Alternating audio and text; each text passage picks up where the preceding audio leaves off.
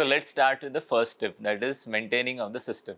The compressed air system comprises two main components. The first is the generation side and the other is the distribution side.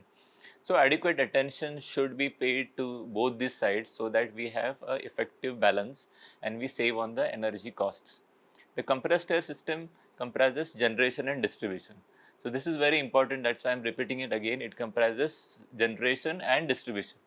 The generation consists primarily of the compressor and the dryer, while the distribution system is spread across the plant with piping, drains, moisture separator and filters as the main components. So a regular planned schedule of maintenance is crucial for efficient operation and the long-term reliable supply of compressed air. An adequate system maintenance might result in unexpected failure of the compressor system. So when there is unexpected system failure, this will result in production downtime and hence the increase in cost. We need to ensure that the maintenance program is supported by an adequate budget. The system maintenance is overlooked many times and which results in drop in the system efficiency and of course then again increase in the costs. So this is why there is a lot of emphasis on well-maintained compressor system. A well-maintained compressor system has the potential to save between 15 and 30% of the compressed air energy cost.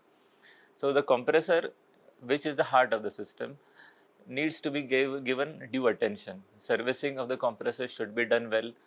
Proper servicing of the compressor itself helps in saving between 5 and 20% of the compressed air energy cost.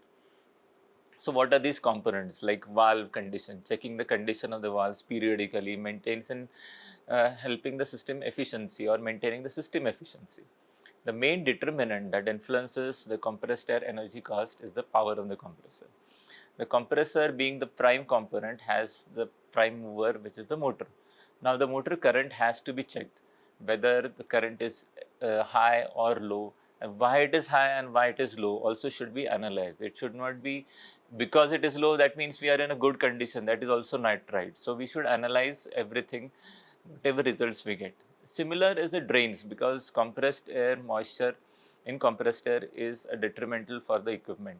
So we need to ensure that the drains are also functioning and it doesn't blowing away the compressed air, because compressed air is costly and we cannot afford to it bleed away the system.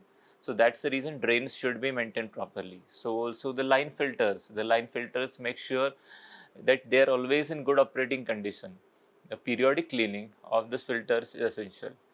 What will happen if they are not cleaned? If they are not cleaned, there will be a pressure drop, and every increase in pressure drop increases the energy consumption, because the compressor will have to overcome this resistance. So the simple step is to maintain clean filter or replace it at periodic intervals. Now just this simple exercise is going to save us between 2 and 15% of the compressed air energy cost. So these simple steps, if we take into cognizance, if we build it into our schedule, will help us in reducing a substantial energy cost, which will reduce the overall operational cost also, and obviously will help in reducing the environmental footprint.